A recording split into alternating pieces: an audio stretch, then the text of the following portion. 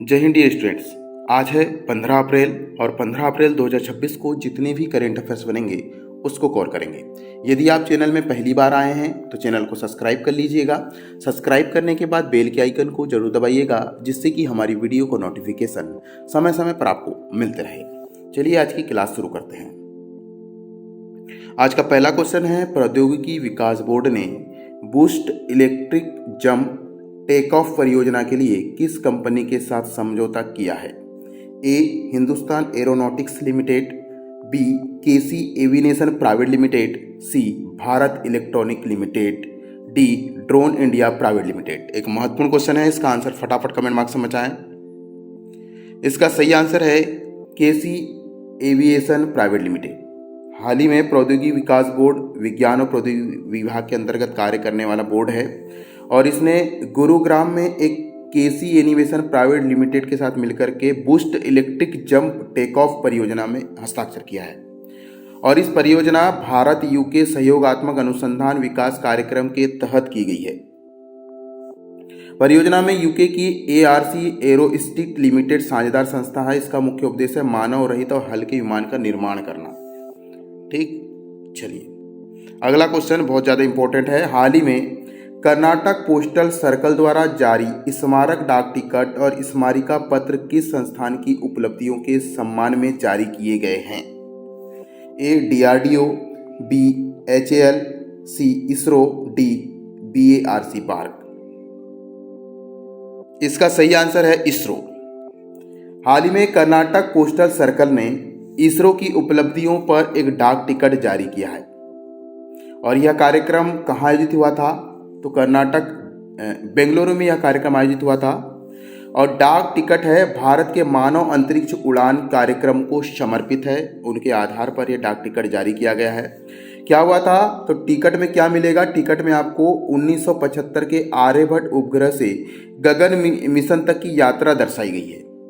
Ticket में आपको 1975 में जब आर्यभट्ट ग्रह ऊपर गया था गगनयान की, उसकी यात्रा दर्शाई गई है।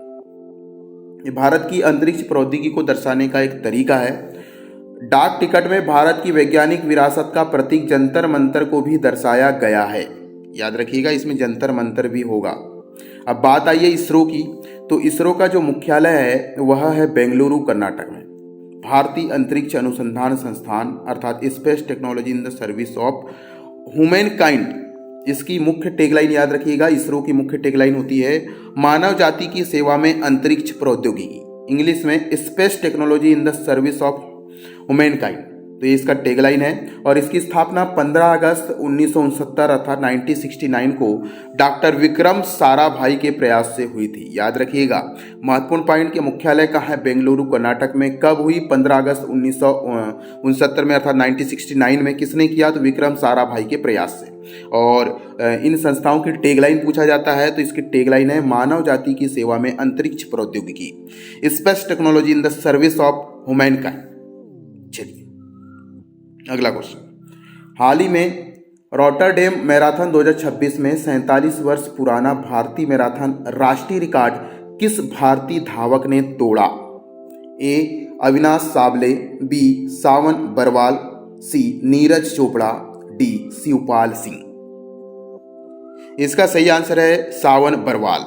चित्र में आप देख सकते हैं सावन बरवाल ने हाल ही में रॉटरडैम मैराथन 2026 में 2:11:58 का समय निकालकर राष्ट्रीय रिकॉर्ड बनाया है, अपने देश का रिकॉर्ड बनाया है।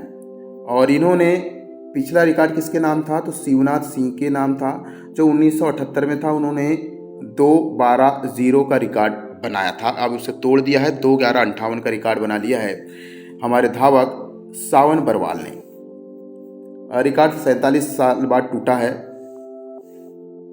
हाँ, याद रखिएगा, सावन बरवाल का यह पहली मैराथन दौड़ थी और पहली मैराथन दौड़ में इन्होंने यह कारनामा कर दिखाया है। अब बात आती है रॉटरडैम मैराथन, तो यह वर्ल्ड एथलेटिक की गोल्ड लेवल रोड रेस है और इसकी लंबाई लगभग 42.195 किलोमीटर होती है। इस रेस में रिंग तो नहीं लगी, लेकिन उन्होंने 20वां स्थान प्राप्त किया है। अब सावन बरवाल का जो कोच है वो है अजीत मार्कोश और इन्होंने अब एशियाई खेलों के लिए क्वालिफाई कर लिया है।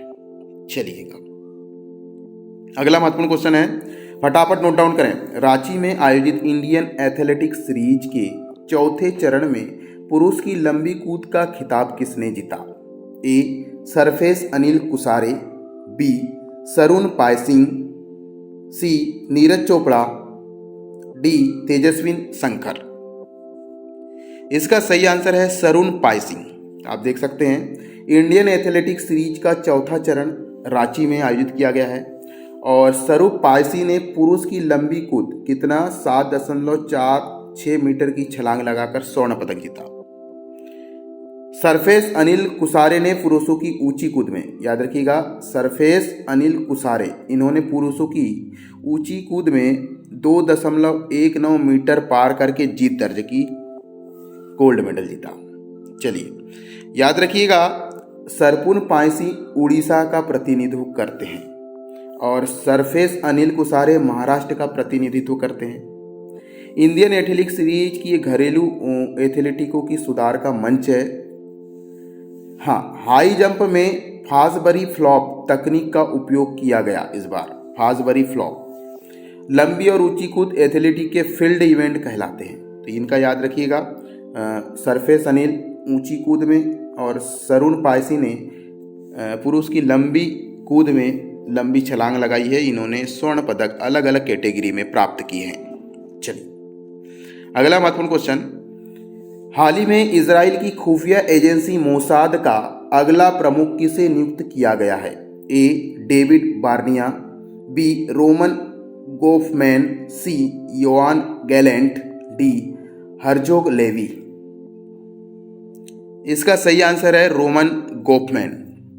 इजराइल के प्रधानमंत्री बेंजामिन नेतान्याहू ने मेजर जनरल रोमन गोफमैन को मोसाद का प्रमुख नियुक्त किया है। अब ये मोसाद क्या है?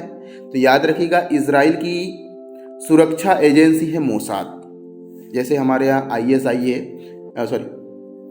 हमारे यहाँ रॉ है, उसी प्रकार मोसाद जो है इजराइल में है। तो ISI कहाँ की कहना चाहिए रक्षा एजेंसी है, आप बताइएगा कमेंट बॉक्स में। चलिए इनकी नियुक्ति कब होगी? तो 13 अप्रैल 2026 को होगी और ये 2 जुलाई 2026 को अपना पदभार ग्रहण करेंगे। इन्होंने किसका स्थान लिया है? तो स्थान लेंगे डेविड बर्निया का, डेविड बर्निया का स्थान लेंगे, जिनका कार्यकाल जून में समाप्त हो रहा है। याद रखिएगा रोमान गोफमैन वर्तमान में प्रधानमंत्री के सैन्य सचिव हैं। ये बेलारूस में हुआ था इनका जन्म और 1990 में इजराइल आए थे और इन्होंने कई मुख्य पदों पर कार्य किया है। चलिए हाँ, 7 अक्टूबर 2023 के हमास हमले के दौरान वे गाजा सीमा पर कार्रवाई में गंभीर रूप से घायल हो गए थे। चलिए अगला महत्वपूर्ण क्वेश्चन, हाँ अब वो आ गया जिसका इंतजार था कि रक्षा एजेंसी किस देश की कौन सी है? तो रूस की है FSB, federal security service. Bharat की है raw, research and analysis wing. America की है CIA, central intelligence agency. Pakistan की है ISI, अभी नाम लिया था मैंने, पाकिस्तान की ISI है, इंटर सर्विस इंटेलिजेंस, पाकिस्तान की खुफिया एजेंसी है। चीन की खुफिया एजेंसी है MSS, फ्रांस की है DGSE। अब बात आई है इजराइल की, तो इजराइल की राजधानी है यरूशलेम। इजराइल के वर्तमान प्रधानमंत्री है बेंजामिन नेतान्याहू। इजराइल की मुद्रा है इजरायली नई शेकेल और पड़ोसी देश है लेबनान। आप देख सकते हैं मिस्र, जॉर्डन, सीरिया और लेबनान। तो इस प्रकार से अपनी सीमा बनाता है लेबनान, सीरिया, जॉर्डन और मिस्र देश के साथ। चलिए अगला महत्वपूर्ण क्वेश्चन, हाल ही में मनाया गया नव वर्ष पुथांडु तमिल नव वर्ष को किस नाम से भी जाना जाता है? ए विशु, बी वरुसा पिरुप्पू, सी बिहू, डी बैसाखी। इसका सही आंसर है वरुसा पिरुप्पू। पुथांडु तमिल समुदाय का पारंपरिक नववर्ष कहलाता है और यह 14 अप्रैल 2026 को मनाया गया।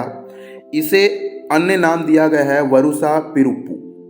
वरुसा पिरुप्पू इसका नाम है और यह तमिल महीने के चिथोरे का पहला दिन होता है।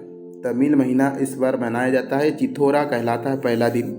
चलिए, और यह जो पर्व है मुख्य रूप से तमिलनाडु में मनाया जाता है क्यों मनाया जाता है? तो ये सूर्य देवता के मेष राशि में प्रवेश करने के उपलक्ष्य में मनाया जाता है और इसका मुख्य उपदेश है समृद्धि और आशा का प्रतीक माना जाता है।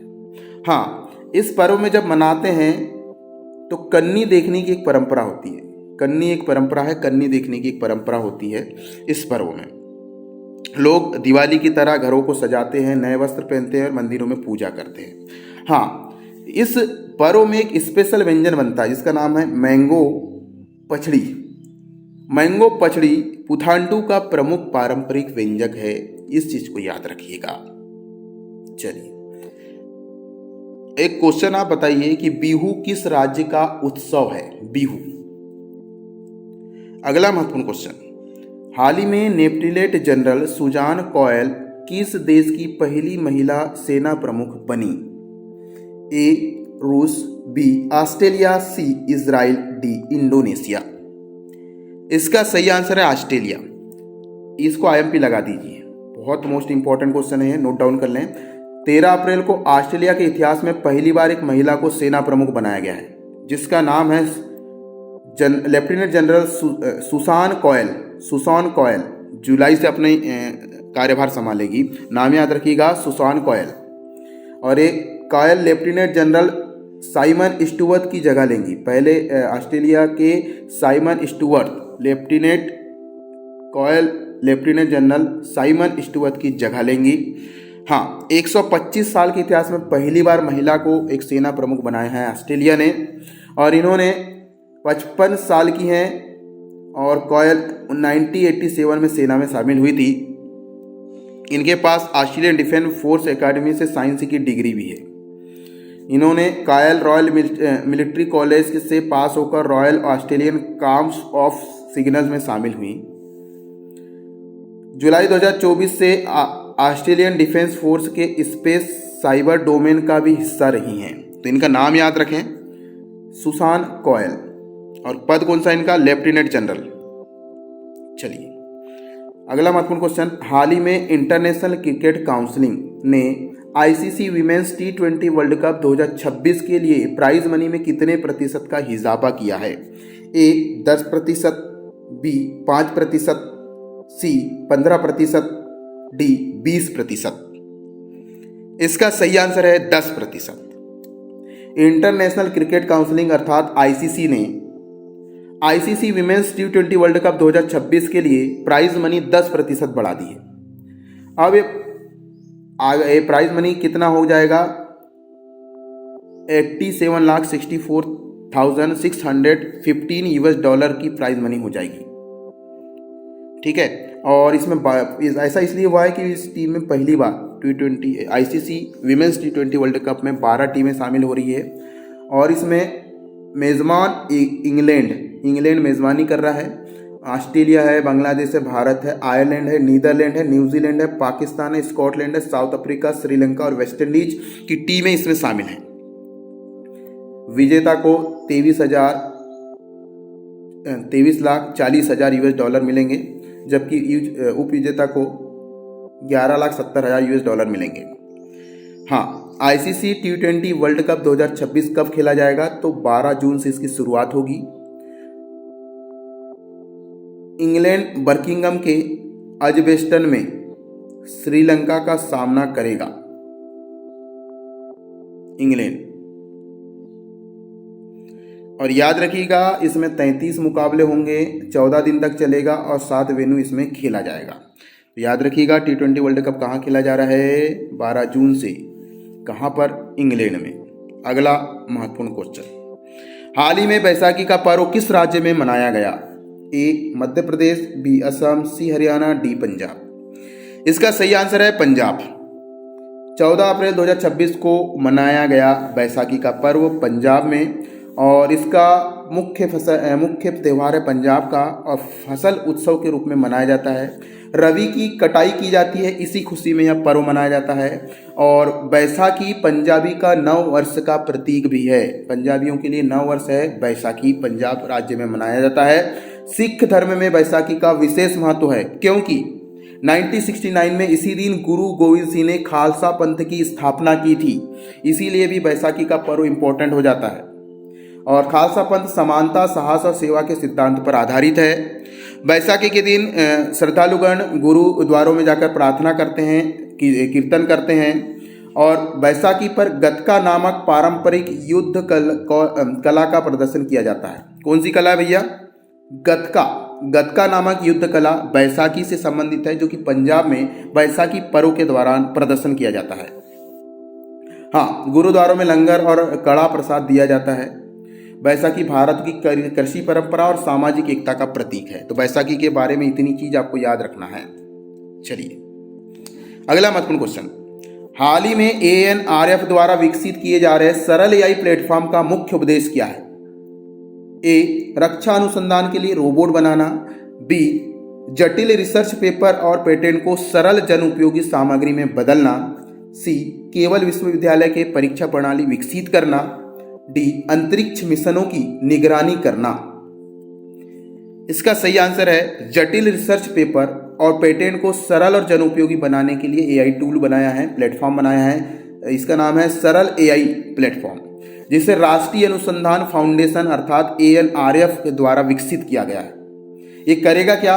जो शोध पत्र होते हैं, पेटेंट होते हैं, उनको सरल भाषा में हमको समझाएगा और यह 18 भाषाओं में उपलब्ध रहेगा, याद रखिएगा। और इसमें कई सारे वीडियो होंगे, पॉडकास्ट हो सकता है, पोस्टर हो सकता है, प्रेजेंटेशन हो सकता है। इसका मुख्य उद्देश्य है विज्ञान को आम जनता तक जागरूक करना। वैज्ञानिक जो उपकरण है, उपदेश है, उसको जन जन तक फैलाना।